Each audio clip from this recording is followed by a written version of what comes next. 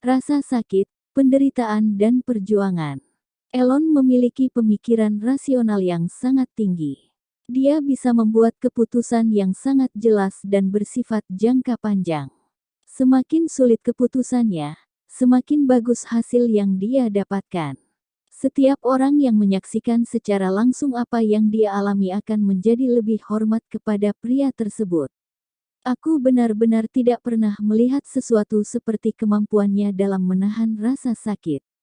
Ketika dia bersiap untuk memulai pembuatan film Trom Iflan di awal tahun 2007, sutradara Jon Favreau menyewa sebuah kompleks di Los Angeles yang sebelumnya dimiliki oleh Hughes Aircraft, kontraktor penerbangan dan pertahanan angkasa yang telah dirintis sekitar 80 tahun sebelumnya oleh Howard Hughes.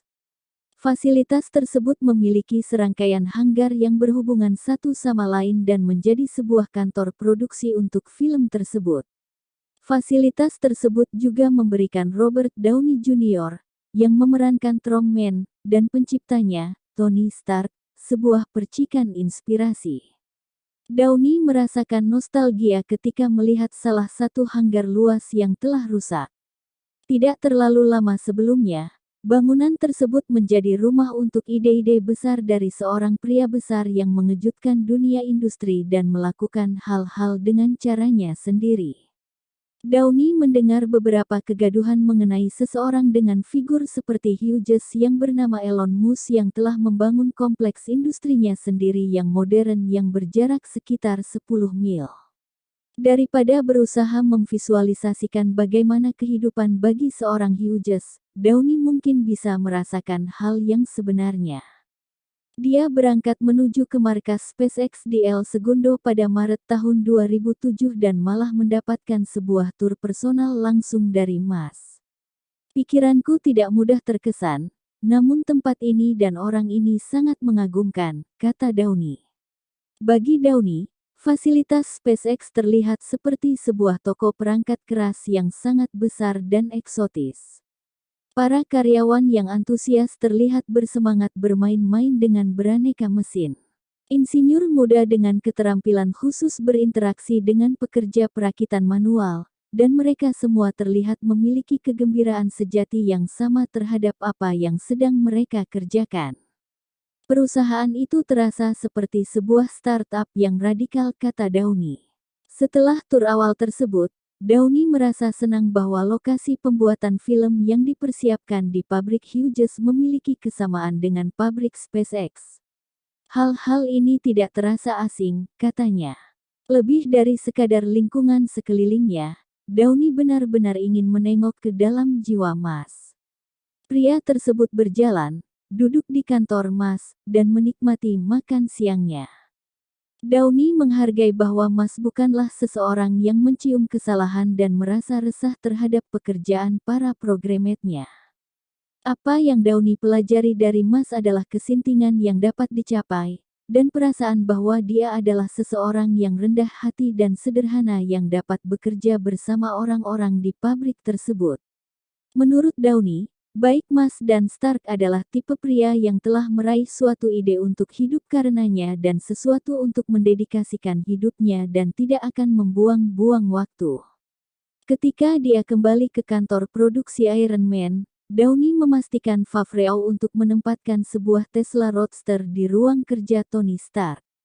Pada level yang dangkal, hal ini akan menjadi simbol bahwa Stark sangatlah keren dan memiliki jaringan sehingga dia bisa mendapatkan sebuah roadster bahkan sebelum mobil tersebut dipasarkan.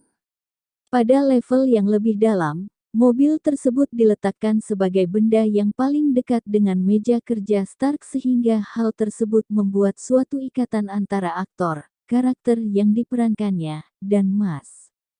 Setelah bertemu dengan Elon dan melihatnya secara nyata, kurasa aku bisa merasakan kehadirannya di ruang kerja, kata Downey.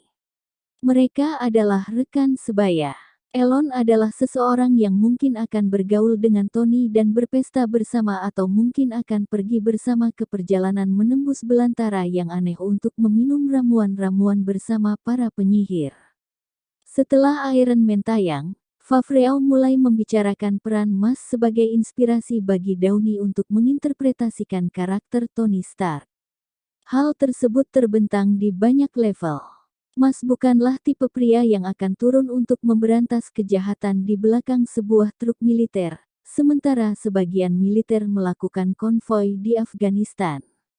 Namun, pihak pers mengabaikan perbandingan tersebut begitu saja, dan Mas mulai lebih menjadi seorang publik figur. Orang-orang yang mengenalnya sebagai pria PayPal mulai berpikir bahwa dia adalah pebisnis yang kaya dan eksentrik yang berada di balik SpaceX dan Tesla. Mus menikmati profilnya yang menanjak naik. Hal itu memenuhi egonya dan memberikan beberapa kesenangan. Dia dan Justin membeli sebuah rumah di Bel Air.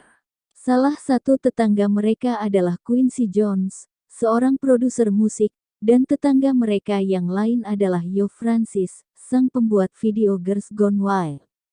Mus dan beberapa mantan eksekutif PayPal, yang telah menetapkan perbedaan mereka, memproduksi Thank You for Smoking dan menggunakan jet milik Mus dalam film tersebut. Walaupun bukan seorang peminum berat dalam pesta mabuk-mabukan, Mas turut mengambil bagian dalam kehidupan malam Hollywood dan kehidupan sosialnya. Terdapat banyak pesta untuk diikuti, kata Billy, teman dekat Mus. Elon adalah seseorang yang memiliki dua tetangga yang sok selebritas. Teman-teman kami membuat film dan melalui pertemuan dalam jaringan kami, pasti terdapat sesuatu untuk dilakukan dan pergi setiap malam. Dalam suatu interview, Mas memperhitungkan bahwa hidupnya telah menjadi 10% playboy dan 90% insinyur. Kami memiliki 5 orang asisten rumah tangga, selama siang hari rumah kami berubah menjadi tempat kerja, tulis Justin dalam sebuah artikel majalah. Kami pergi ke penggalangan dana formal di mana para pria mengenakan tuxedo dan mendapatkan meja terbaik di klub malam elite Hollywood, dengan Paris Hilton dan Leonardo DiCaprio yang berpesta di sebelah kami. Ketika pendiri Google Larry Page menikah di pulau pribadi Caribbean milik Richard Branson, kami berada di sana, duduk-duduk di sebuah villa bersama John Cusack dan melihat Bono berpose dengan wanita-wanita menarik di luar tenda resepsi. Justin tampaknya lebih menikmati status mereka daripada Mas. Sebagai seorang penulis novel fantasi, dia memiliki sebuah blog yang memerinci kehidupan keluarga pasangan tersebut dan petualangan mereka di kota. Dalam satu tulisan, Justin mendapati Mas mengatakan bahwa dia lebih memilih untuk tidur dengan Veronica daripada Betty dari komik Archie dan dia terkadang ingin mengunjungi Chuck E. Cheese. Dalam tulisannya yang lain, dia menulis tentang pertemuan dengan Leonardo DiCaprio di sebuah klub dan mendapatinya memohon untuk sebuah roadster dari Tesla secara cuma-cuma, hanya untuk ditolak permintaannya. Justin memberikan nama panggilan kepada karakter yang sering muncul di blognya, sehingga Billy menjadi Bill sang pria hotel, karena dia memiliki sebuah hotel di Republik Dominika, dan Yo Francis tampil sebagai tetangga terkenal.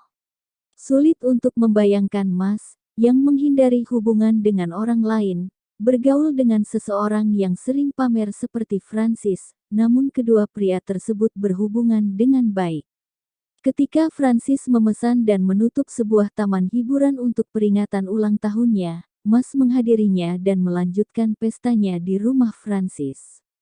Justin menulis berada di sana untuk sementara waktu namun mengakui bahwa dia menganggap acara tersebut bodoh. Dia telah menghadiri beberapa pesta di rumah NN sekarang dan akhirnya merasa sadar diri karena tampaknya akan selalu ada pria-pria tidak menyenangkan yang berkeliling rumah dan menggoda para perempuan. Aku tidak ingin dilihat sebagai salah satu pria tersebut. Ketika Francis bersiap membeli sebuah roadster, dia mampir ke rumah Mas dan menyerahkan sebuah amplop kuning yang berisi uang tunai sebesar $100.000 Amerika. Untuk beberapa waktu, blog tersebut menyajikan sebuah pandangan sepintas yang aneh sekaligus menggembirakan terhadap kehidupan seorang CEO yang tidak biasa. Mas terlihat mempesona.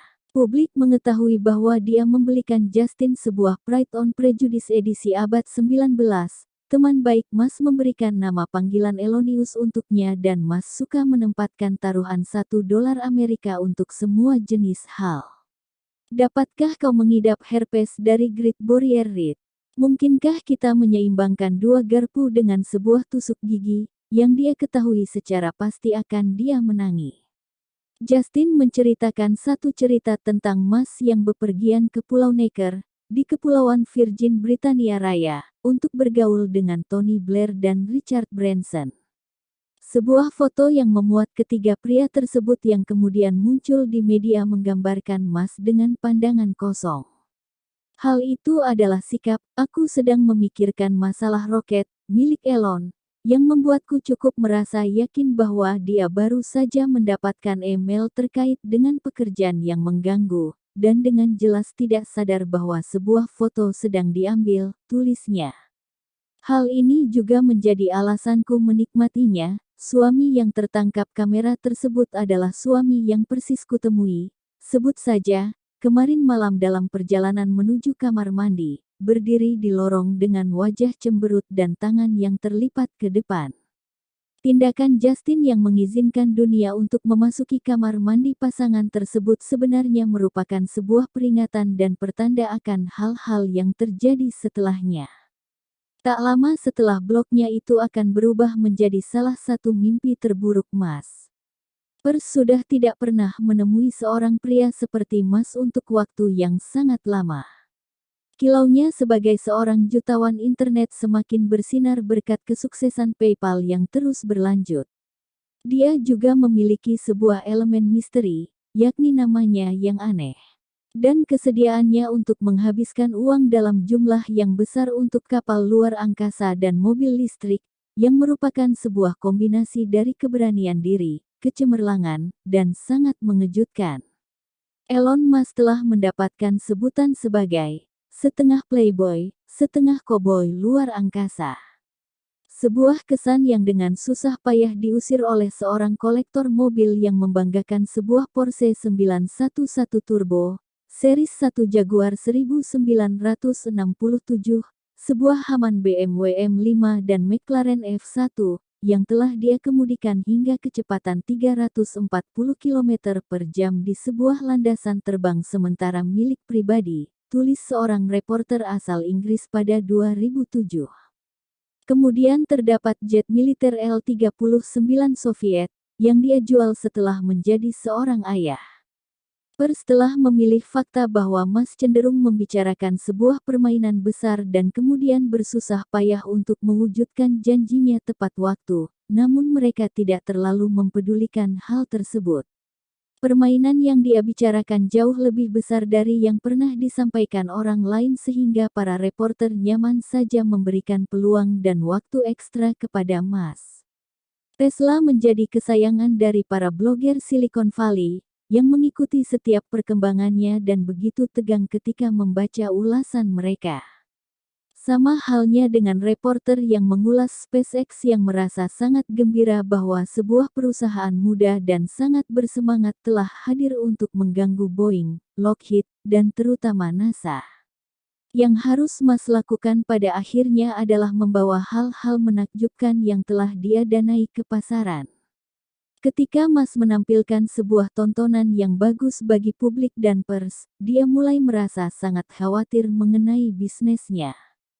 Percobaan peluncuran SpaceX yang kedua telah mengalami kegagalan, dan laporan yang datang dari Tesla semakin memburuk. Mas memulai kedua petualangan tersebut dengan sebuah kekayaan yang mendekati angka $200 juta Amerika dan dia telah menghabiskan lebih dari setengah uang tersebut dengan sedikit hasil yang bisa ditunjukkan. Setiap kali penundaan Tesla berubah menjadi sebuah kegagalan humas, cahaya Mas pun meredup. Orang-orang di Silicon Valley mulai bergosip mengenai masalah keuangan Mas. Para reporter yang berbulan-bulan sebelumnya telah menumpuk pujian yang berlebihan bagi Mas berbalik arah melawannya. New York Times menyoroti tentang masalah transmisi di Tesla. Halaman-halaman web mengenai otomotif mulai mengeluhkan bahwa Roadster mungkin tidak akan pernah diluncurkan ke pasaran. Pada akhir 2007, hal-hal menjadi semakin lebih buruk. Folio, sebuah blog gosip di Silicon Valley, mulai tertarik untuk mengulas Mas. Owen Thomas, penulis utama halaman tersebut, menggali ke dalam sejarah Zip2 dan PayPal dan menggarisbawahi masa-masa ketika Mas disingkirkan sebagai seorang CEO untuk merusak jalan kepercayaan pengusahanya. Thomas kemudian menampilkan suatu premis bahwa Mas adalah seorang ahli manipulasi yang bermain dengan cepat dan longgar dengan uang orang lain. Merupakan hal yang sangat bagus bahwa Mas menyadari satu bagian kecil dari fantasi masa kecilnya, tulis Thomas. Namun dia berisiko merusak mimpi-mimpinya dengan menolak untuk mendamaikan mimpi-mimpi tersebut dengan realitas. Folio menjuluki Roadster Tesla sebagai kegagalan nomor satu pada tahun 2007 di antara perusahaan-perusahaan teknologi. Sementara persona dari bisnis dan kehidupan publiknya sedang memburuk, kehidupan rumah Mas juga ikut terpuruk. Kembar tiganya, Kai, Damian, dan Saxon, telah lahir mendekati akhir 2006 dan bergabung dengan kakak mereka Griffin dan Xavier. Menurut Mas, Justin menderita depresi pasca kelahiran setelah melahirkan kembar tiganya. Pada musim semi tahun 2007, pernikahan kami menghadapi isu yang serius, kata Mas. Pernikahan kami menghadapi kesulitan dan hampir menemui kegagalan. Postingan blog Justin mendukung perasaan tidak enak Mas tersebut. Dia menggambarkan romantisme Mas yang telah berkurang drastis dan merasa orang-orang memperlakukannya sebagai seorang hiasan yang tidak mungkin memiliki sesuatu yang menarik untuk diucapkan daripada sebagai seorang penulis dan sebagai istrinya yang sederajat. Selama suatu perjalanan ke St. Barts, keluarga Mas berbagi makan malam dengan pasangan yang kaya dan berpengaruh. Ketika Justin mengungkapkan pandangan politisnya, salah seorang pria di meja tersebut membuat sebuah lelucon bahwa dia terlalu dogmatis dan berpendirian keras. Elon tertawa kecil, menepuk tanganku seperti ketika kau menepuk tangan seorang anak kecil, tulis Justin di blognya. Semenjak saat itu, Justin menyuruh Mas untuk memperkenalkan dirinya sebagai seorang novelis yang karyanya dipublikasikan dan tidak hanya sekadar istri dan ibu dari anak-anaknya. Hasilnya, cara Elon melakukannya sepanjang sisa perjalanan, Justin memintaku mengatakan kepada kalian bahwa dia adalah penulis novel, yang membuat orang-orang memandangku dan seperti lucu sekali dan tidak begitu menyelesaikan permasalahan. Di awal tahun 2008, kehidupan Mas menjadi lebih berantakan. Tesla pada dasarnya harus memulai lagi dari awal terkait Roadster dan SpaceX masih memiliki lusinan orang yang hidup di Kwajalein untuk menunggu peluncuran selanjutnya dari Falcon 1. Kedua usaha dan kerja keras tersebut menyedot uang Mas. Dia mulai menjual kepemilikannya yang berharga seperti McLaren untuk menghasilkan uang tunai. Mas cenderung melindungi karyawannya dari pengaruh kondisi keuangannya dengan selalu mendorong dan menyemangati mereka untuk melakukan pekerjaan terbaik mereka. Pada waktu yang bersamaan, dia secara personal mengamati semua pembelian barang yang signifikan di kedua perusahaannya. Mas juga melatih para karyawan untuk membuat kompromi yang tepat antara menghabiskan uang dan produktivitas. Hal ini memberikan sebuah ide baru bagi para karyawan SpaceX, karena mereka terbiasa bekerja pada perusahaan penerbangan antariksa tradisional yang memiliki kontrak dengan pemerintah selama beberapa tahun, dengan nilai yang sangat besar dan tanpa tekanan untuk bertahan dari hari ke hari. Elon akan selalu bekerja pada hari Minggu, kami akan berbincang-bincang dan dia akan menyampaikan filosofinya, kata Kevin Brogan, karyawan awal SpaceX. Dia akan berkata bahwa semua hal yang kita lakukan sebagai sebuah fungsi dari singkat pembakaran kami dan kami sedang membakar $100.000 Amerika setiap harinya.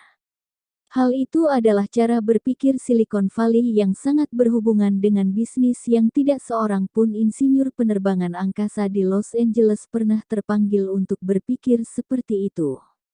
Terkadang dia tidak akan mengizinkanmu untuk membeli sebuah bahan baku seharga $2.000 Amerika karena dia berharap kau bisa mencari harga yang lebih murah atau menciptakan sesuatu yang lebih murah.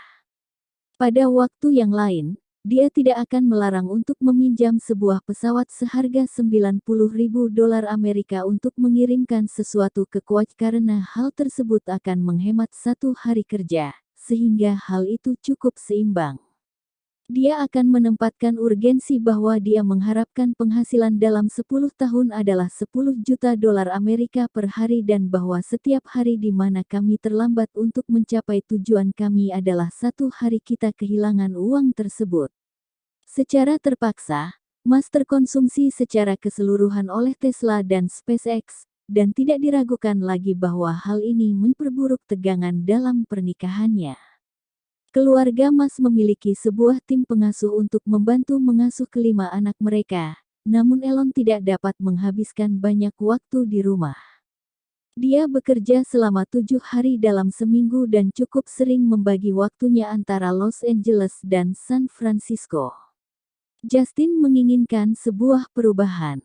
Selama masa refleksi diri, dia merasa muak, dan merasa perannya sebagai istri Mas hanyalah sebatas status belaka. Justin merindukan menjadi partner bagi Elon lagi dan untuk merasakan percikan-percikan dari hari-hari awal hubungan mereka, sebelum hidup berubah menjadi sangat mempesona sekaligus menuntut. Tidak begitu jelas sejauh apa Mas memberitahu Justin mengenai rekening banknya yang berkurang. Dia telah lama mengetahui bahwa Mas tidak memberitahunya sama sekali mengenai pengaturan keuangan rumah tangga. Namun, beberapa teman dekat Mas mengetahui secara sekilas mengenai situasi finansial yang semakin buruk. Di semester pertama tahun 2008, Antonio Gracias, pendiri dan CEO dari Valor Equity, bertemu Mas untuk makan malam. Gracias telah menjadi seorang investor untuk Tesla dan telah menjadi salah satu teman dan sekutu terdekat Mas, dan dia dapat melihat Mas merasa sangat menderita memikirkan masa depannya. Hal-hal mulai menjadi sulit dengan Justin, namun mereka masih bersama, kata Gracias. Selama makan malam tersebut, Elon berkata, "Aku akan menghabiskan dolar terakhirku di kedua perusahaan ini. Jika kami harus pindah ke ruang bawah tanah di rumah milik orang tua Justin, kami akan melakukannya." Pilihan untuk pindah ke tempat orang tua Justin tidak lagi berlaku sejak tanggal 16 Juni tahun 2008, ketika Mas melayangkan gugatan cerai. Pasangan tersebut tidak langsung memperlihatkan situasi tersebut, walaupun Justin meninggalkan petunjuk di blognya. Pada akhir Juni, dia memposting sebuah kutipan dari Moby tanpa tambahan konteks apapun. Tidak ada suatu hal seperti seorang publik figur yang stabil secara mental dan emosional. Jika mereka stabil secara mental dan emosional, mereka tidak akan mencoba untuk menjadi seorang publik figur. Tulisan selanjutnya menceritakan Justin yang sedang mencari rumah untuk alasan yang tidak disampaikan kepada publik dengan Sharon Stone, dan beberapa tulisan selanjutnya membicarakan sebuah drama besar yang sedang dia hadapi. Pada September tahun 2008, Justin menulis posting blog pertamanya yang secara eksplisit membicarakan perceraian. Dia berkata, "Kami berjalan baik saja untuk suatu periode waktu.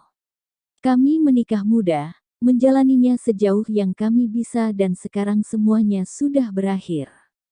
Folliewalk secara alamiah mengikutinya dengan sebuah cerita tentang perceraian dan mencatatkan bahwa Mas kelihatan pergi berkenaan dengan seorang aktris muda yang berusia 20 tahunan. Liputan media dan perceraian membebaskan Justin untuk menulis tentang kehidupan pribadinya dengan cara yang jauh lebih bebas. Dalam postingan-postingan selanjutnya, dia memberikan ceritanya tentang bagaimana pernikahan tersebut berakhir, pandangannya mengenai kekasih Mas dan calon istri barunya, dan detail mendalam mengenai proses perceraiannya. Untuk pertama kalinya, publik mendapatkan akses terhadap suatu gambaran yang sangat dalam dan tidak menyenangkan tentang Mas dan mendapatkannya dari cerita orang pertama, sekalipun dari seorang mantan istri, terhadap kelakuannya yang keras.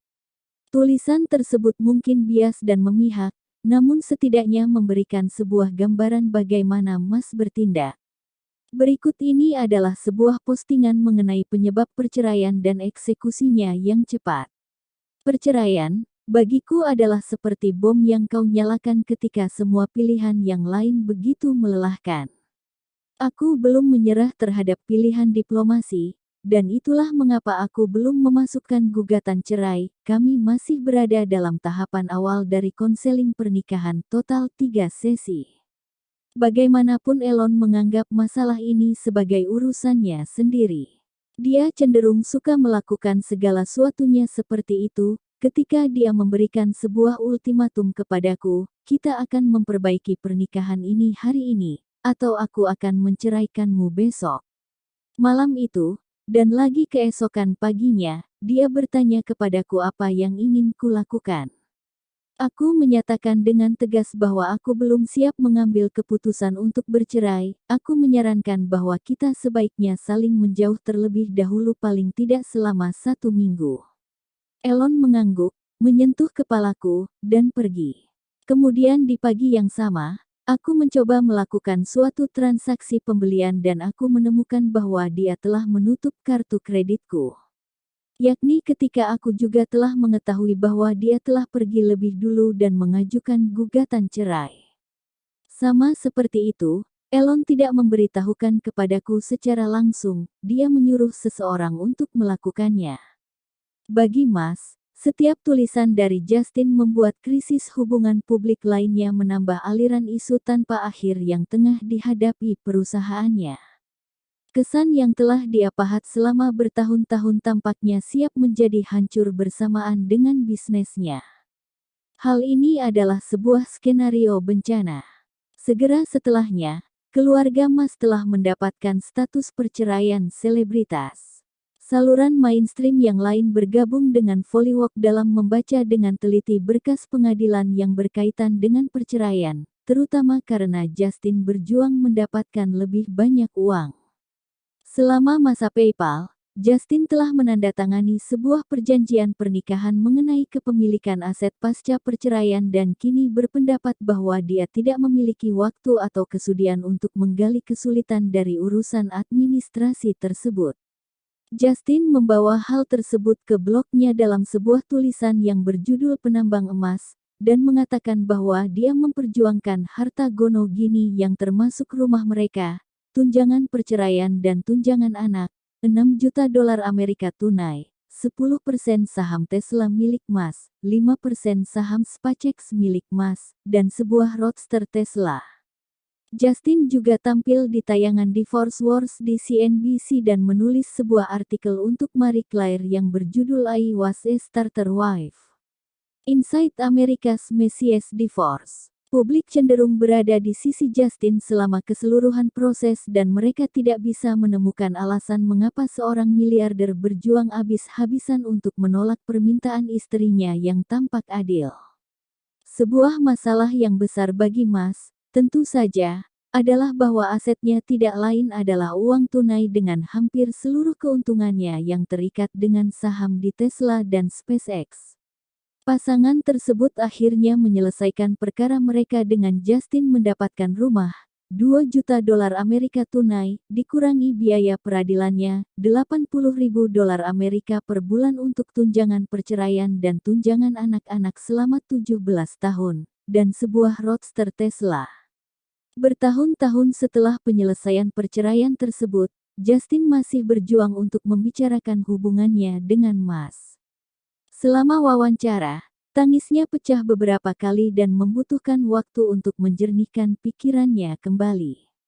Mas, katanya, telah menyembunyikan banyak hal darinya selama pernikahan mereka dan akhirnya memperlakukannya seperti seorang lawan bisnis untuk ditaklukkan selama proses perceraian. Kami berperang selama beberapa saat, dan ketika kau berperang dengan Elon, peperangan tersebut akan menjadi cukup brutal, katanya. Setelah pernikahan mereka berakhir, Justin tetap menulis blog tentang Mas. Dia menulis tentang relay dan memberikan komentar mengenai cara Mas merawat anak-anaknya. Sebuah tulisan memberikan waktu yang sulit untuk Mas karena melarang boneka binatang dipajang di rumah ketika anak kembar mereka berusia 7 tahun. Ketika ditanya mengenai hal ini, Justin berkata, Elon adalah orang yang keras. Dia tumbuh dalam kebudayaan yang keras dan keadaan yang berat. Dia harus menjadi sangat kuat tidak hanya untuk tumbuh tapi juga untuk menaklukkan dunia. Dia tidak ingin mendidik anak-anaknya menjadi anak yang lemah dan dimanja tanpa arah. Komentar seperti ini tampak mengindikasikan bahwa Justin masih mengagumi atau setidaknya memahami keinginan kuat Mas. Beberapa minggu setelah dia mengajukan gugatan cerai terlebih dahulu pada pertengahan Juni tahun 2008, Mas terjatuh dalam ketakutan yang sangat dalam. Billy mulai mengkhawatirkan kondisi mental temannya tersebut dan, sebagai salah satu teman Mas yang lebih bebas jiwanya, dia ingin melakukan sesuatu untuk membuatnya ceria dan bersemangat kembali. Sekali-sekali, Mas dan Lee, seorang investor, akan melakukan perjalanan ke luar negeri dan menggabungkan bisnis dengan kesenangan. Saat itu adalah waktu yang tepat untuk sebuah perjalanan, dan mereka berangkat ke London pada awal bulan Juli. Program pengurangan tekanan udara mulai berjalan dengan buruk. Mas dan Lee mengunjungi markas Aston Martin untuk menemui CEO perusahaan tersebut dan melakukan tur di perusahaannya. Para eksekutif perusahaan tersebut memperlakukan Mas seperti seorang pembuat mobil amatir, berbicara dengan rendah kepadanya dan menyiratkan bahwa dia lebih mengetahui tentang kendaraan listrik dari siapapun yang lain di planet ini. Dia benar-benar seperti sebuah pancuran, begitu Lee mendeskripsikannya, dan kedua pria tersebut melakukan yang terbaik untuk pergi dengan tergesa-gesa dan kembali ke London. Sepanjang perjalanan, Mas mengalami sakit perut yang semakin memburuk. Pada waktu itu, Lee telah menikah dengan Sarah Gore, putri dari mantan wakil presiden Al Gore, yang pernah menjadi mahasiswa kedokteran, sehingga dia meneleponnya untuk meminta saran. Mereka memutuskan bahwa Mas mungkin mengidap usus buntu, dan Lee membawanya ke sebuah klinik kesehatan di tengah sebuah pusat perbelanjaan. Ketika hasil tesnya adalah negatif, Lee berjuang membawa Mas menikmati sebuah malam di kota.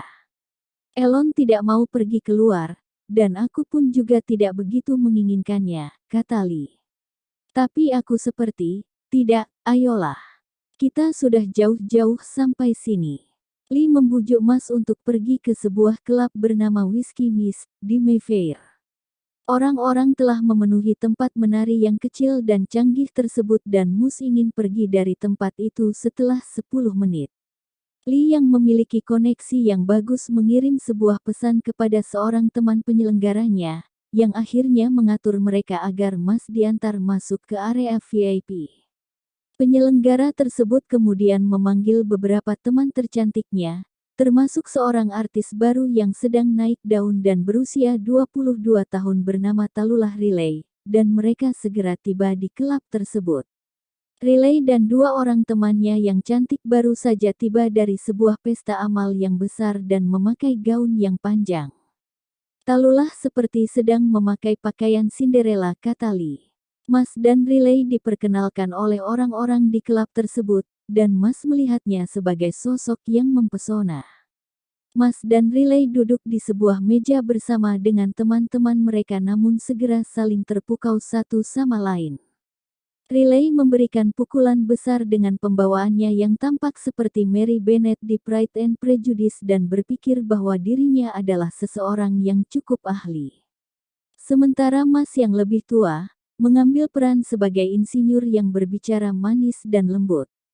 Dia rasa sakit, penderitaan, dan perjuangan mengeluarkan teleponnya dan menunjukkan foto-foto Falcon 1 dan Roadster dan tidak menyadari bahwa dia menjalankan perusahaan yang membangun mesin-mesin.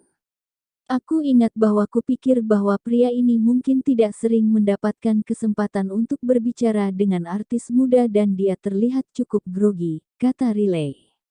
Aku memutuskan untuk menjadi sangat baik kepadanya dan memberikannya sebuah malam yang menyenangkan. Sedikit yang ku ketahui, ternyata dia telah berbicara dengan banyak gadis cantik dalam hidupnya.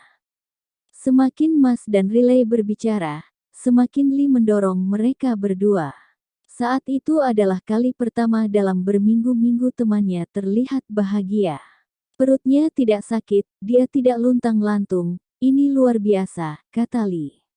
Walaupun mengenakan pakaian seperti di negeri dongeng, Riley tidak jatuh cinta kepada Mas pada pandangan pertama. Namun dia menjadi lebih terkesan dan ingin tahu ketika malam semakin larut, terutama setelah penyelenggara klub tersebut memperkenalkan kepada Mas seorang model yang menarik, dan dia dengan sopan mengatakan halo dan kemudian dia duduk kembali di sisi Riley. Aku menemukan bahwa dia bukanlah orang yang buruk, kata Riley, yang kemudian mengizinkan Mas meletakkan tangannya di lututnya. Mas mengajak Riley keluar untuk makan malam di malam berikutnya, dan dia menerima ajakan tersebut.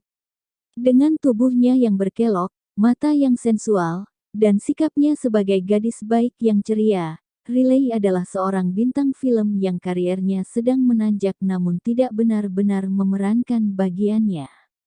Dia tumbuh besar di daerah pedalaman Inggris yang damai, menuntut ilmu di sebuah sekolah terbaik dan, hingga seminggu sebelum bertemu dengan Mas, dia tinggal serumah dengan orang tuanya.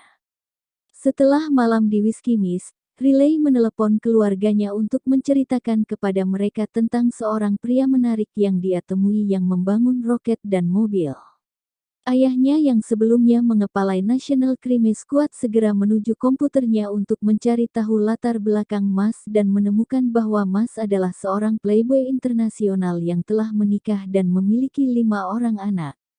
Ayah Riley mencaci putrinya karena menjadi seseorang yang bodoh, tapi Riley berkata bahwa dia berharap Mas memiliki sebuah penjelasan dan akan tetap pergi makan malam dengan Mas. Mas mengajak Lee ke makan malam tersebut, dan Riley juga mengajak temannya Tamsin Egerton, yang juga seorang artis yang cantik. Hal-hal menjadi lebih dingin selama makan malam tersebut karena mereka makan di sebuah restoran yang kosong dan membawa suasana depresi.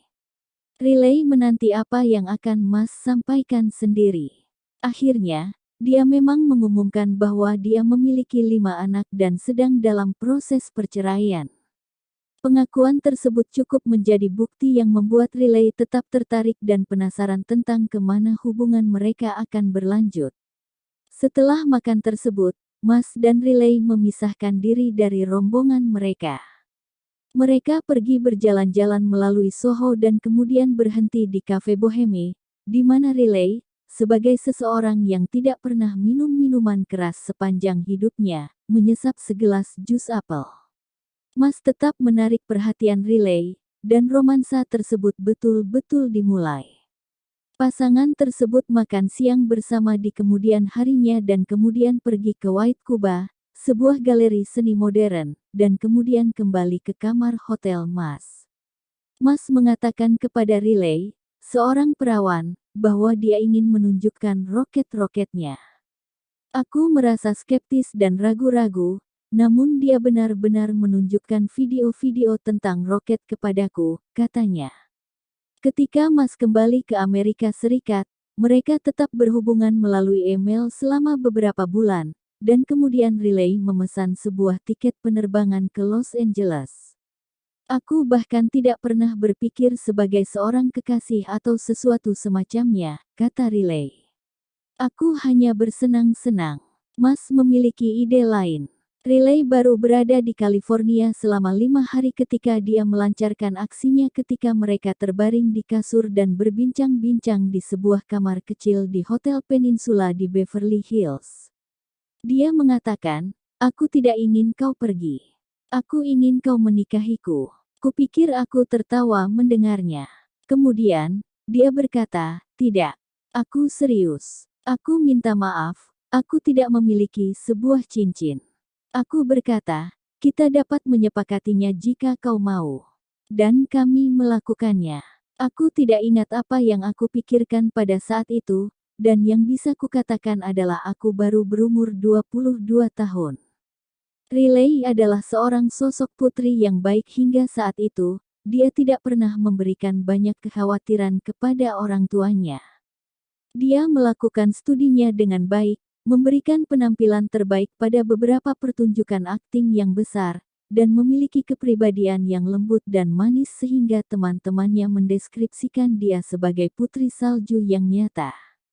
Namun, dia berada di sebuah balkon hotel, dan menginformasikan kepada orang tuanya bahwa dia telah setuju untuk menikahi seorang pria yang 14 tahun lebih tua darinya, yang baru saja melayangkan gugatan cerai kepada istri pertamanya, yang memiliki 5 anak dan 2 perusahaan, dan dia bahkan tidak mengetahui bagaimana mungkin dia bisa mencintainya setelah mengenalnya beberapa minggu. Aku pikir ibuku mengalami gangguan dan ketakutan, kata Riley. Namun aku selalu menjadi sangat romantis, dan hal ini tidak begitu mengejutkanku. Riley terbang kembali menuju Inggris untuk mengumpulkan barang-barangnya dan kedua orang tuanya terbang kembali bersamanya ke Amerika Serikat untuk bertemu dengan Mas, yang secara terlambat meminta restu kepada ayah Riley. Mas tidak memiliki rumahnya sendiri, sehingga kedua pasangan tersebut pindah ke sebuah rumah milik Jeff Skoll, seorang miliarder sekaligus teman Mas. Aku telah tinggal di sana selama seminggu ketika seorang pria yang aneh tersebut berjalan masuk, kata Riley. Aku berkata, siapa kau? Dia mengatakan, aku adalah pemilik rumah ini. Siapa kau? Aku menceritakan kepadanya, dan kemudian dia langsung berjalan keluar. Mas kemudian melamar Riley lagi di balkon rumah Skoll, sambil membuka sebuah kotak cincin yang besar. Sejak saat itu dia membelikannya 3 cincin pertunangan, termasuk cincin pertama yang berukuran besar, sebuah cincin yang dipakai setiap hari, dan sebuah cincin yang didesain sendiri oleh Mas yang memiliki sebuah berlian yang dikelilingi oleh 10 safir. Aku ingat dia mengatakan, bersamaku berarti memilih jalur yang sulit. Aku tidak terlalu memahaminya pada saat itu, tapi aku memahaminya sekarang. Bersamanya cukup sulit, sebuah perjalanan yang cukup gila. Riley mengalami sebuah pembaptisan dengan penuh kebahagiaan. Angin romansa tersebut telah memberinya kesan bahwa dia bertunangan dengan seorang miliarder yang menaklukkan dunia dan merupakan seseorang yang luar biasa. Secara teori, hal itu adalah benar, namun secara praktiknya, hal tersebut lebih suram. Ketika akhir Juli berlalu, Mas dapat melihat bahwa dirinya memiliki uang tunai yang hanya cukup untuk bertahan hingga akhir tahun. Baik SpaceX dan Tesla akan membutuhkan suntikan dana pada suatu saat hanya untuk membayar karyawannya, dan tidak jelas dari mana uang tersebut akan berasal dengan kondisi pasar finansial dunia yang kacau dan investasi yang tertahan.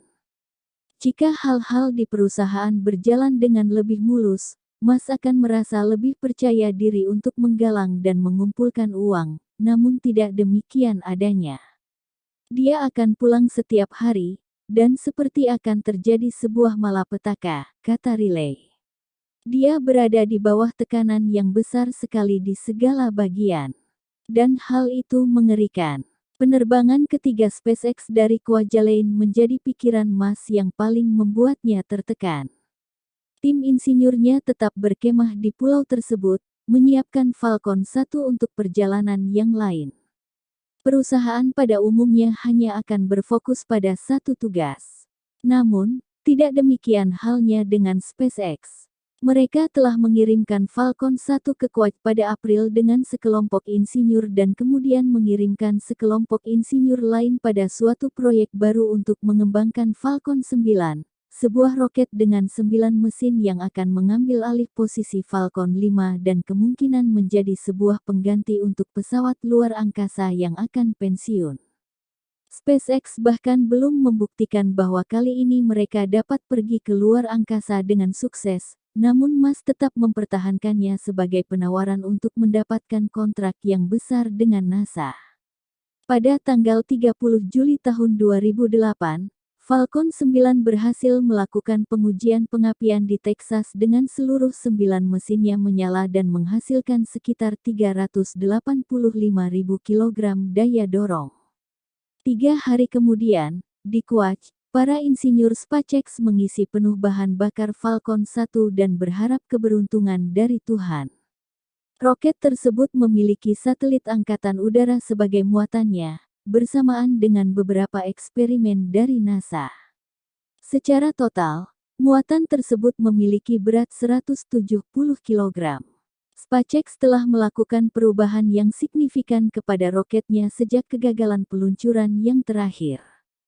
Sebuah perusahaan penerbangan antariksa tradisional tidak akan menambahkan risiko, namun Musk bersikeras bahwa SpaceX harus mendorong teknologinya ke depan dan berusaha untuk membuatnya bekerja dalam waktu yang bersamaan. Di antara perubahan terbesar pada Falcon 1 adalah sebuah versi baru dari mesin Merlin 1 yang bergantung pada sebuah sistem pendingin yang sudah dimodifikasi. Percobaan peluncuran yang pertama pada tanggal 2 Agustus tahun 2008 dibatalkan hanya beberapa detik sebelum waktu peluncuran. SpaceX berkumpul kembali dan berusaha meluncurkannya kembali pada hari yang sama. Kali itu semua hal terlihat berjalan dengan baik. Falcon 1 meluncur ke langit dan terbang dengan spektakuler tanpa ada indikasi masalah.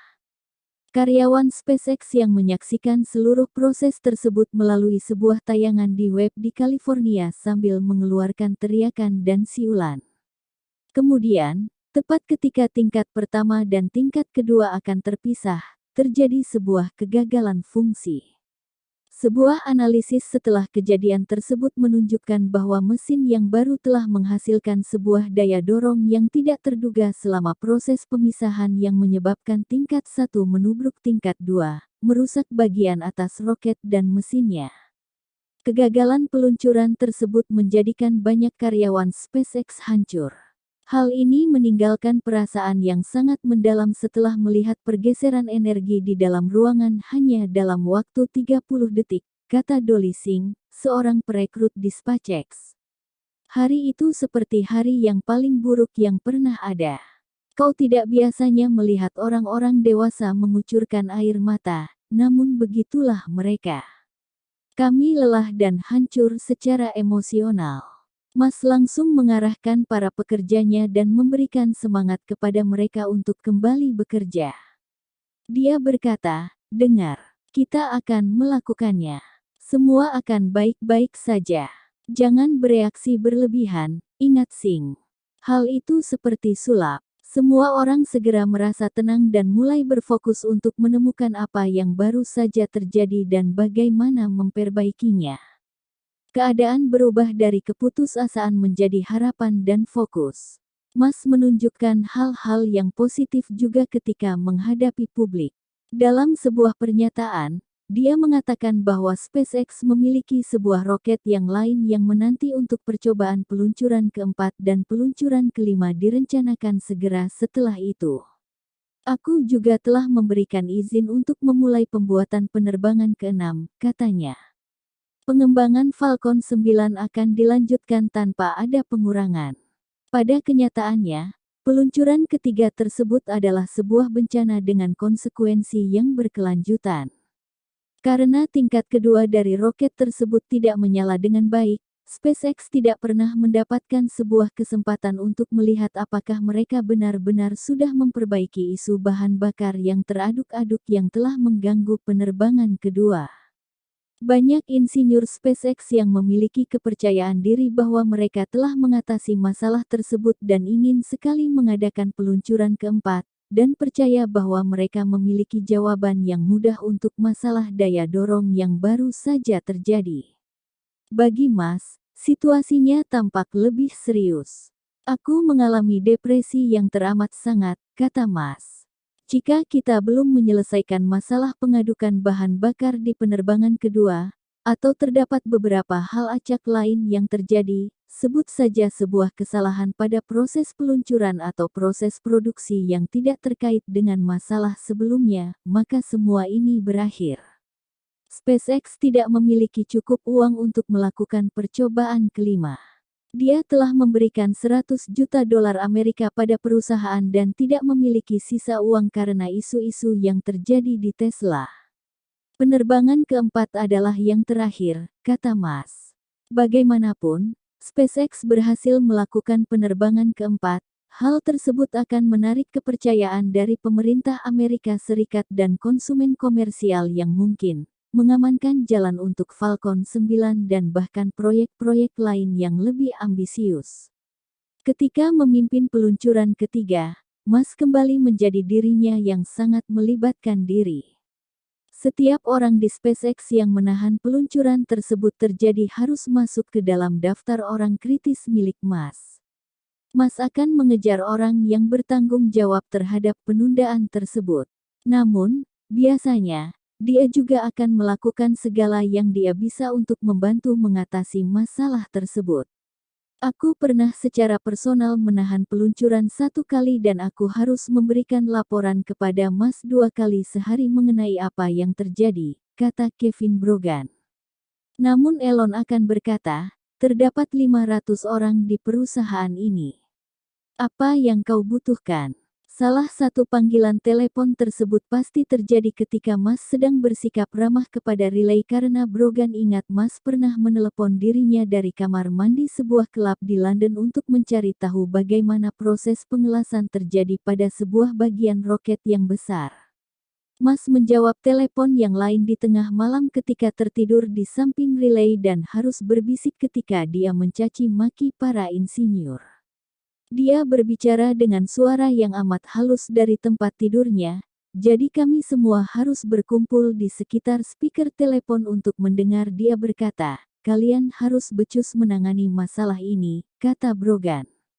Dengan peluncuran keempat, tuntutan dan harapan semakin bertambah hingga mencapai titik di mana orang-orang mulai membuat kesalahan yang konyol. Biasanya, badan roket Falcon 1 dipindahkan ke Kuwait melalui perahu. Kali ini Musk dan para insinyur terlalu bersemangat dan putus asa untuk menunggu perjalanan laut. Musk menyewa sebuah pesawat muatan milik militer untuk menerbangkan badan roket dari Los Angeles ke Hawaii dan kemudian berlanjut ke Kuwait. Hal ini menjadi sebuah ide yang bagus kecuali insinyur SpaceX melupakan pengaruh tekanan udara di dalam pesawat terhadap bodi roket, yang memiliki ketebalan kurang dari 1/3 cm. Ketika pesawat tersebut mulai meluncur ke Hawaii, semua orang di dalam pesawat bisa mendengar suara aneh yang muncul dari bagian muatan. Aku melihat ke belakang dan dapat melihat tingkatnya mengusut, kata Bulen Altan, mantan kepala sistem elektronik penerbangan di SpaceX. Aku mengatakan kepada pilot untuk naik ke atas, dan dia melakukannya. Roket tersebut bertingkah seperti sebuah botol air kosong selama berada di dalam pesawat, dengan tekanan udara mendorong sisi botol dan membuatnya melengkung. Altan menghitung bahwa tim SpaceX dalam pesawat tersebut memiliki waktu sekitar 30 menit untuk melakukan sesuatu terhadap masalah tersebut sebelum mereka harus mendarat. Mereka mengeluarkan pisau lipat mereka dan memotong bungkusan yang menyusut yang melindungi bodi roket tersebut erat-erat.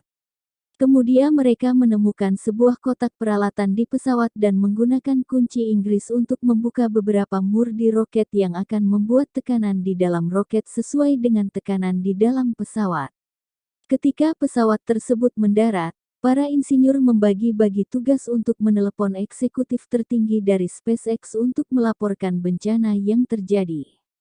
Saat itu pukul 3 dini hari menurut waktu Los Angeles, dan salah satu eksekutif mengajukan diri untuk menyampaikan berita yang buruk tersebut kepada Musk.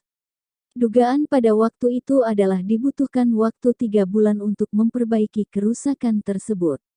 Tubuh roket tersebut memiliki cekungan di beberapa tempat, dinding pemisah yang diletakkan di dalam tangki bahan bakar untuk menghentikan masalah pengadukan telah rusak, dan bermacam-macam isu lain yang bermunculan. Musk memerintahkan tim tersebut untuk melanjutkan perjalanan menuju Kuwait dan mengirimkan sebuah tim tambahan dengan bagian-bagian roket yang perlu diperbaiki. 2 minggu kemudian, roket tersebut telah diperbaiki di dalam hanggar sementara. Hal itu terasa seperti terjebak di sebuah lubang perlindungan bersama, kata Altan. Kau tidak akan pergi dan meninggalkan orang-orang di sebelahmu. Ketika semuanya telah selesai, semua orang merasa kagum. Peluncuran keempat dan kemungkinan merupakan yang terakhir bagi SpaceX dilangsungkan pada tanggal 28 September tahun 2008. Karyawan SpaceX telah bekerja tanpa henti di bawah tekanan yang menimbulkan penderitaan selama 6 minggu untuk mencapai hari ini. Harga diri mereka sebagai seorang insinyur, harapan mereka, dan mimpi mereka sedang dipertaruhkan. Orang-orang yang menyaksikan ini di pabrik berusaha sebaik mungkin agar mereka tidak muntah, kata James McLaury, seorang ahli mesin di SpaceX. Meskipun kegagalan telah terjadi di masa lalu mereka, para insinyur di Kuwait merasa yakin bahwa peluncuran tersebut akan berhasil. Beberapa dari mereka telah menghabiskan bertahun-tahun berada di pulau tersebut untuk menjalani salah satu pelatihan teknik paling aneh selama sejarah manusia. Mereka telah terpisah dengan keluarga mereka, diserang oleh suhu yang panas, dan terkucil di pos terdepan di landasan peluncuran mereka, terkadang tanpa banyak makanan, selama beberapa hari berturut-turut ketika mereka menunggu jendela peluncuran terbuka dan mengatasi pembatalan yang mengikutinya. Kesakitan dan penderitaan dan ketakutan yang banyak tersebut akan terlupakan jika peluncuran ini berlangsung sukses. Pada suatu sore di tanggal 28 tersebut, tim SpaceX menaikkan Falcon 1 ke posisi peluncurannya. Sekali lagi, dia berdiri tinggi, terlihat seperti sebuah benda yang janggal di sebuah pulau ketika pohon-pohon palem bergoyang di sebelahnya dan sedikit awan melintas di langit biru yang spektakuler. Pada waktu itu, SpaceX telah meletakkan video webnya secara online, sehingga setiap peluncuran merupakan sebuah produksi yang besar bagi karyawannya dan bagi publik. Dua orang eksekutif pemasaran SpaceX menghabiskan 20 menit sebelum peluncuran untuk membicarakan seluk-beluk teknis yang terkait dengan peluncuran. Falcon 1 tidak membawa muatan yang nyata kali ini, tidak satu pun dari perusahaan atau pihak militer yang ingin menyaksikan sesuatu yang akan meledak atau hilang di lautan, sehingga roket tersebut hanya membawa sebuah muatan palsu seberat 163 kg. Fakta bahwa jatah SpaceX telah dikurangi dari panggung peluncuran tidak mengganggu para karyawan atau mengurangi antusiasme mereka. Ketika roket tersebut berderu dan kemudian meluncur ke atas, para karyawan di markas SpaceX mengeluarkan sorak-sorai yang kencang. Setiap tahapan yang mengikutinya, mengosongkan pulau, pemeriksaan mesin yang hasilnya baik, kembali disambut dengan siulan dan teriakan. Ketika tingkat pertama jatuh, tingkat kedua menyala selama 90 detik menuju ke penerbangan dan para karyawan seketika berubah menjadi sangat gembira, mengisi tayangan video di web tersebut dengan teriakan penuh kegembiraan. Sempurna, kata salah satu kepala yang berbicara. Mesin Kestrel bersinar merah dan mulai pembakarannya selama 6 menit.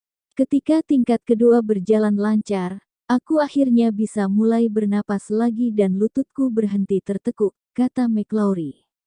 Tutupnya terbuka setelah sekitar 3 menit dan jatuh kembali ke bumi. Dan akhirnya, sekitar 9 menit setelah perjalanannya dimulai, mesin Falcon 1 mati sesuai dengan yang direncanakan dan mencapai orbit, membuatnya sebagai mesin pertama yang dibangun secara swasta yang mencapai prestasi semacam itu. Membutuhkan waktu 6 tahun, sekitar 4,5 kali dari waktu yang pernah Mas rencanakan, dan 500 orang untuk membuat keajaiban dari ilmu pengetahuan modern dan bisnis ini terjadi. Pada waktu yang lebih awal di hari itu, Mas telah mencoba menjauhkan dirinya dari tumpukan tekanan dengan pergi ke Disneyland bersama adiknya Kimball dan anak-anak mereka.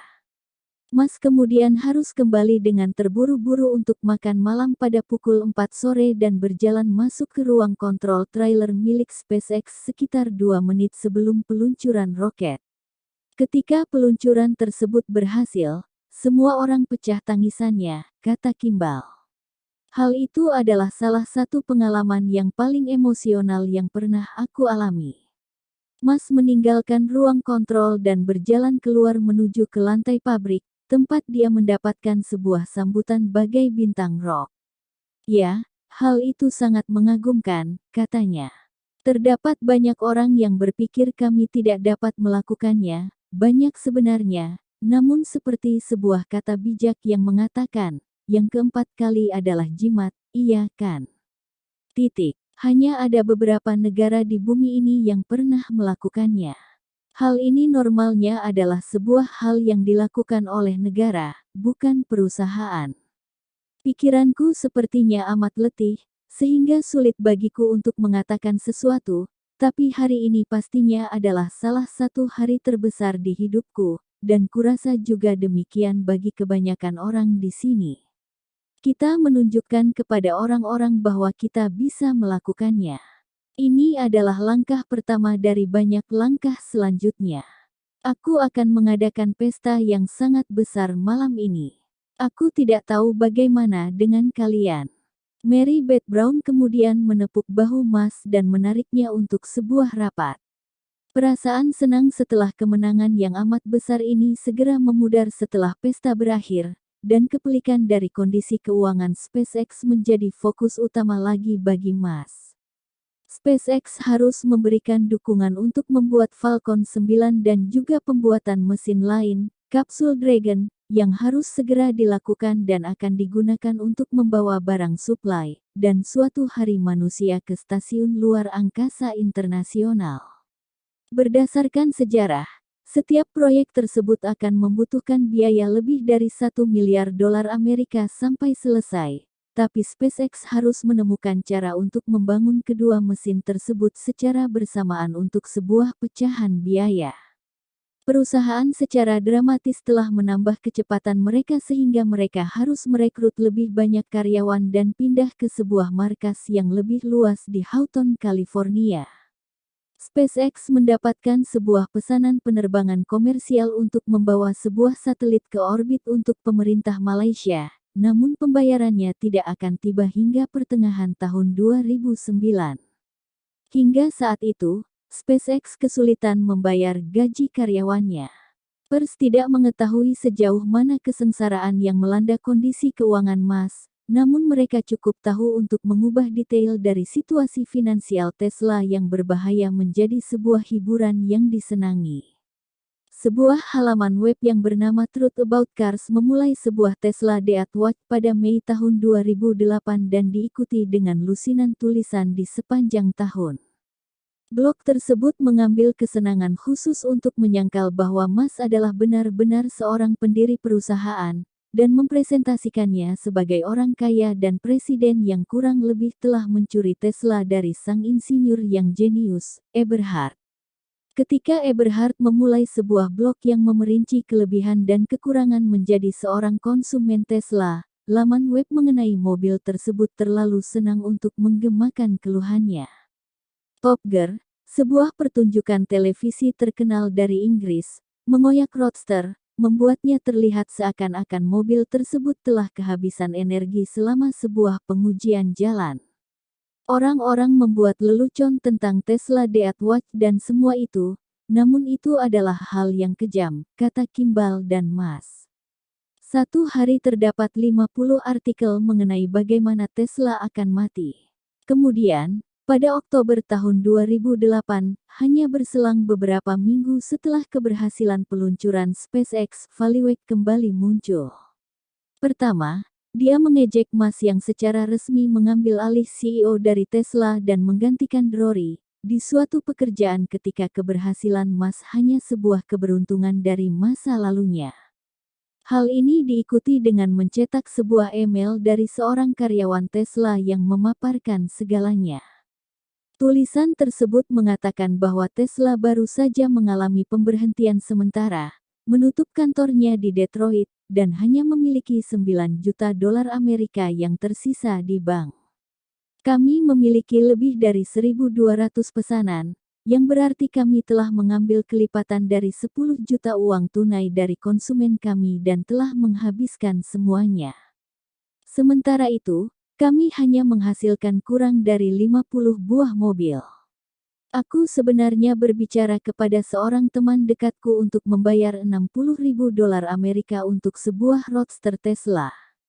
Aku tidak bisa secara jujur menjadi seorang penonton lagi dan mengizinkan perusahaanku untuk menipu publik dan menggelapkan uang konsumen kami.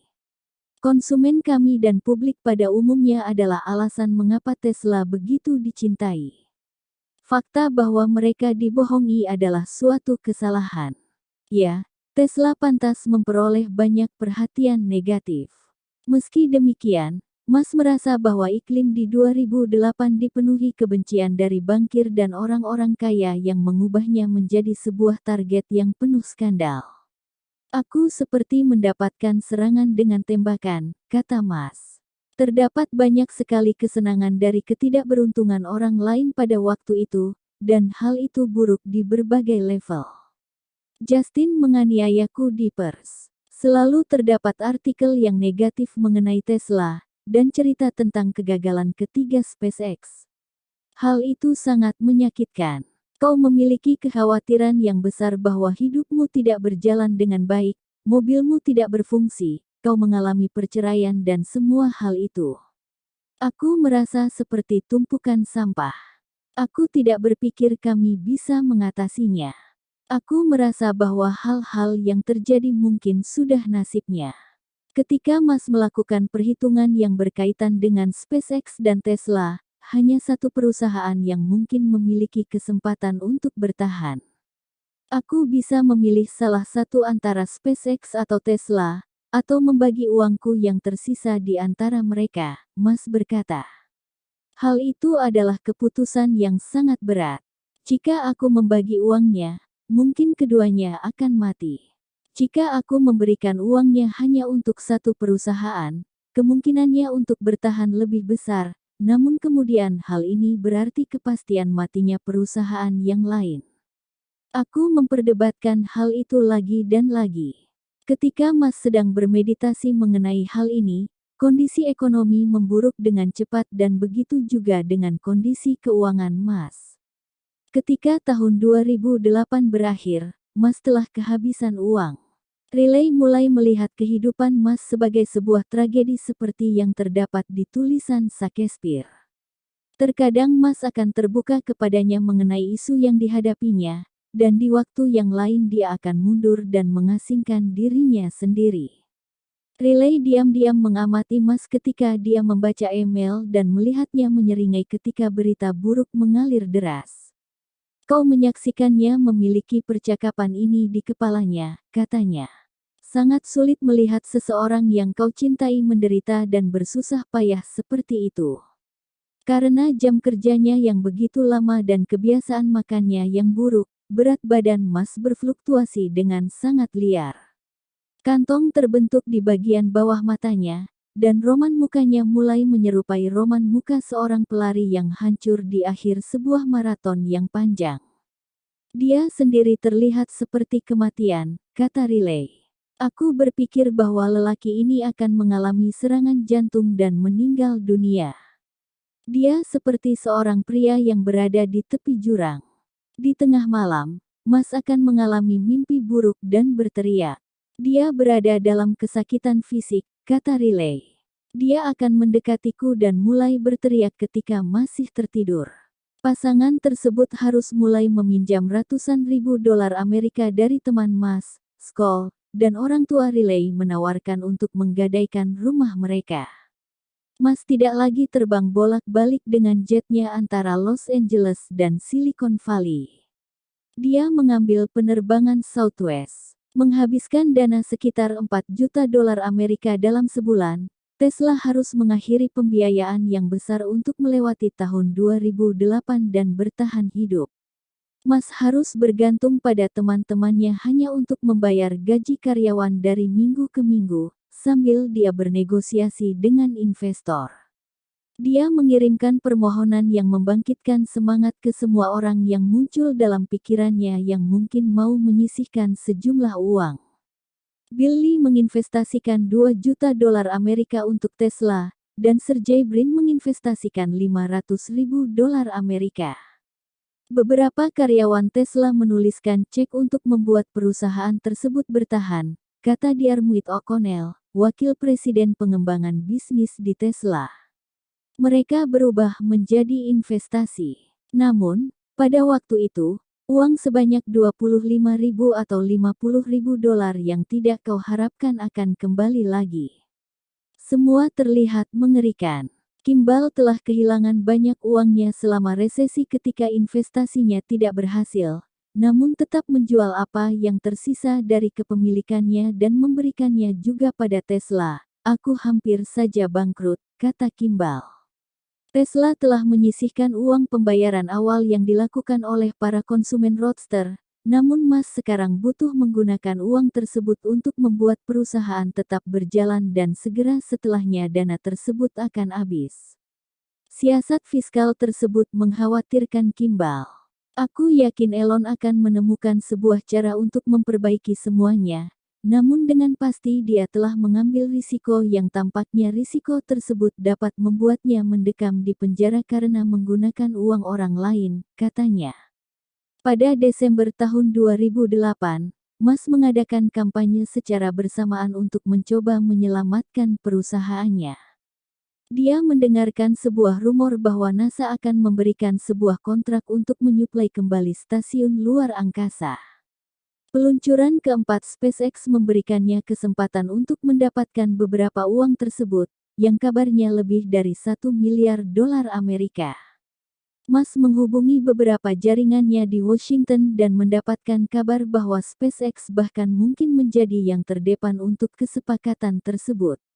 Musk mulai melakukan apapun yang dia bisa untuk meyakinkan orang-orang bahwa perusahaan tersebut dapat memenuhi tantangan untuk mengirimkan sebuah kapsul ke stasiun luar angkasa internasional.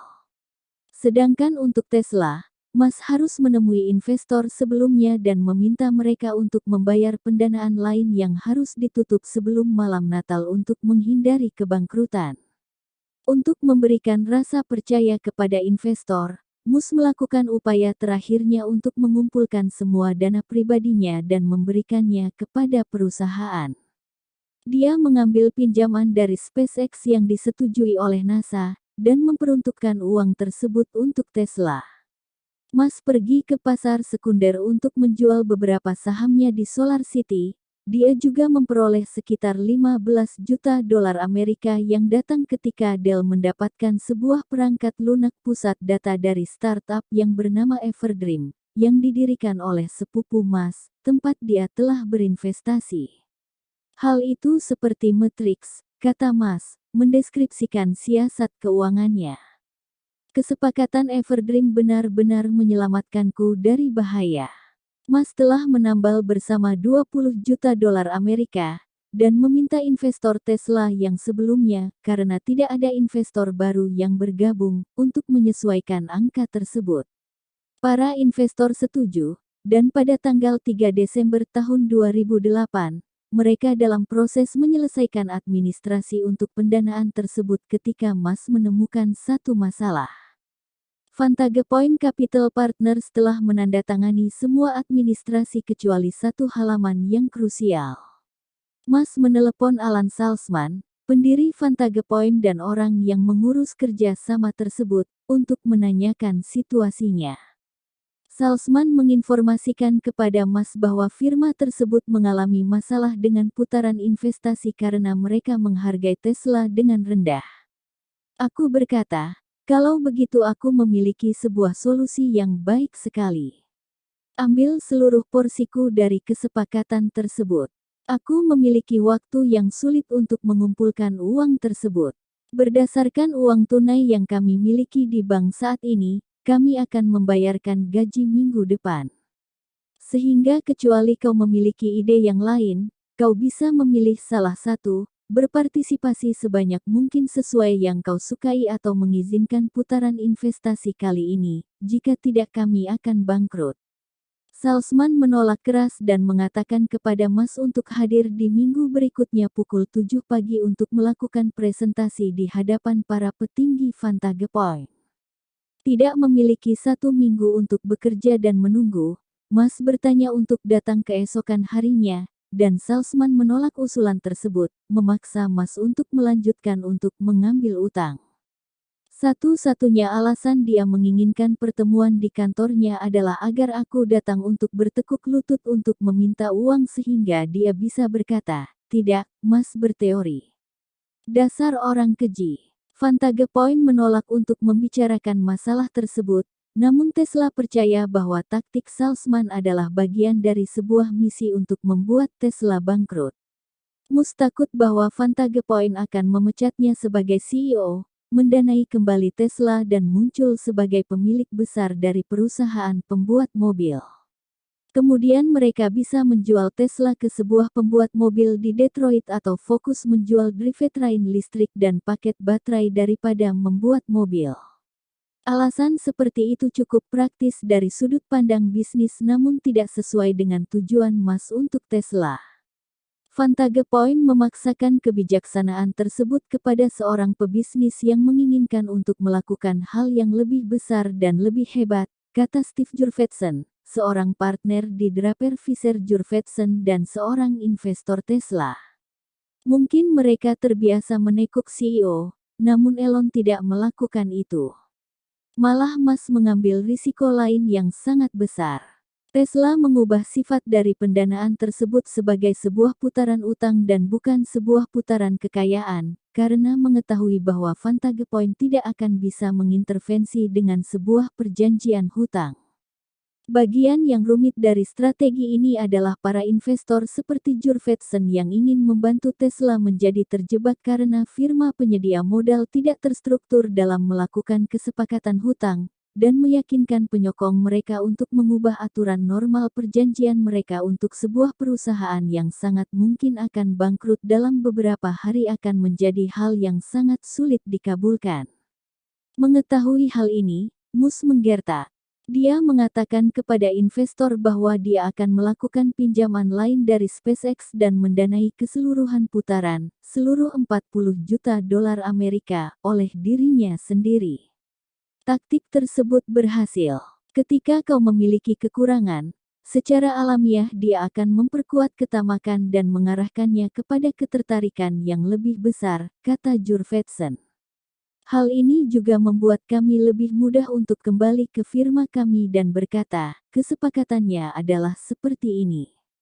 Iya atau tidak? Kesepakatan tersebut berhasil tertutup pada malam Natal beberapa jam sebelum Tesla menjadi bangkrut.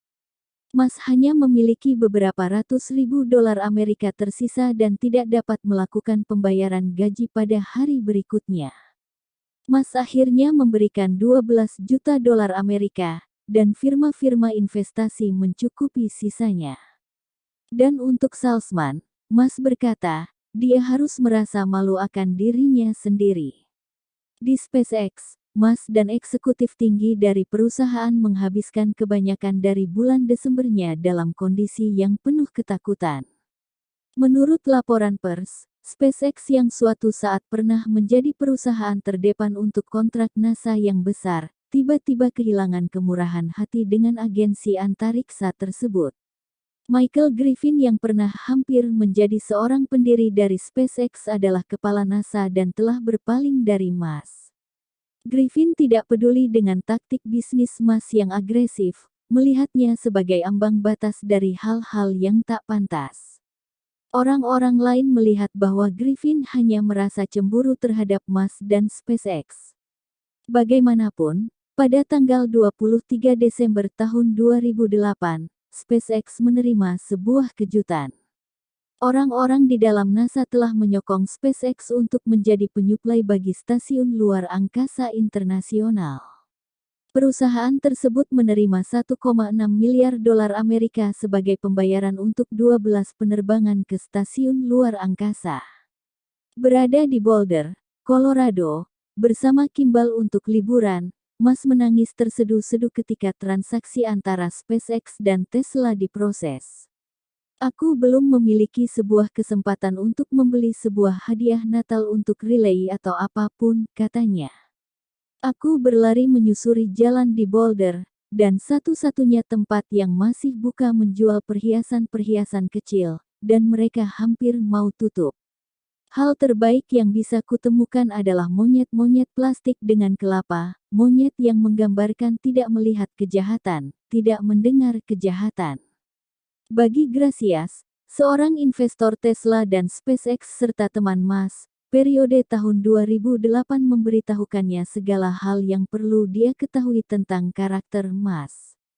Dia melihat seorang pria yang tiba di Amerika Serikat tanpa memiliki apapun, yang kehilangan seorang anak, yang telah dipermalukan di media oleh para reporter dan mantan istrinya serta mendapatkan gangguan yang berada di ambang batas di kehidupan kerjanya.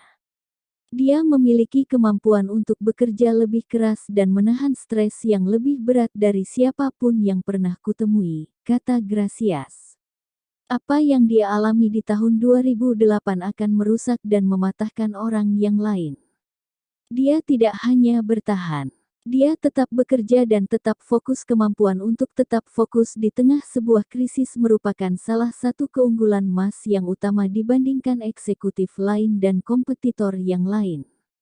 Kebanyakan orang yang berada di bawah tekanan semacam itu akan menjadi heboh, kata Gracias. Keputusan mereka akan buruk. Elon memiliki pemikiran rasional yang sangat tinggi. Dia masih bisa membuat keputusan yang sangat jelas dan bersifat jangka panjang. Semakin sulit keputusannya, semakin bagus hasil yang dia terima. Setiap orang yang menyaksikan secara langsung apa yang dia alami akan menjadi lebih hormat kepada pria tersebut. Aku benar-benar tidak pernah melihat sesuatu seperti kemampuannya dalam menahan rasa sakit.